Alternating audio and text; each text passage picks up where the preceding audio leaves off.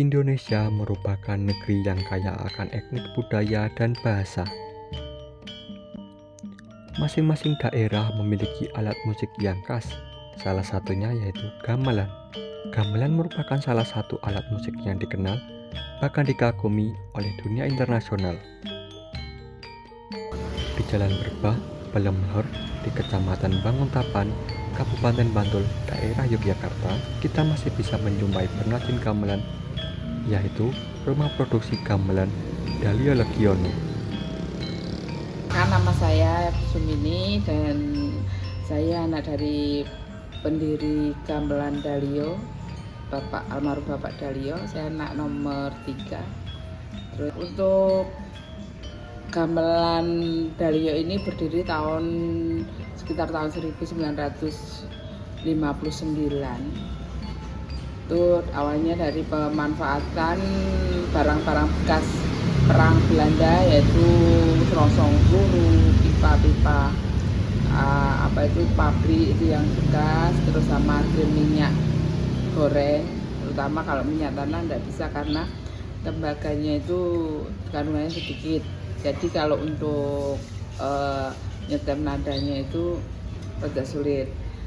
Berikut adalah proses pembuatan alat musik gamelan, khususnya kenong. Pertama-tama, siapkan plat besi. Proses dimulai dengan menggambar dan mengukur plat lembaran besi. Kemudian, dipotong sesuai ukuran yang dibutuhkan.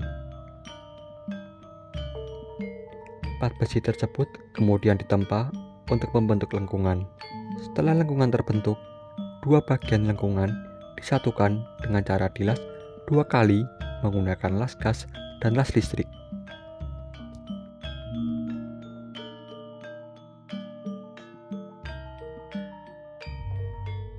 Kemudian, pembuatan wajah kenong. Wajah kenong dibuat dengan memotong lembaran besi berbentuk lingkaran, lalu ditempa hingga membentuk cekungan. Selanjutnya, pembuatan pencu. Pencu kenong dibuat dari lembaran kenguningan yang dipotong menjadi lingkaran kecil, lalu ditempa untuk membentuk cekungan. Pencu ini kemudian disatukan dengan wajah kenong. Penyatuan dilakukan dengan pengukuran menggunakan jangka lalu dilas dengan las gas. Bodi kenong kemudian disatukan dengan wajah kenong dengan cara dilas menggunakan las gas. Setelah proses penyatuan selesai, wajah kenong dan pencu dihaluskan menggunakan gerinda halus. Setelah itu, kenong yang sudah jadi akan di-stem dan dicat secara menyeluruh untuk memberikan hasil akhir yang sempurna. Dengan proses ini, kendang yang dibuat siap untuk digunakan sebagai bagian dari alat musik.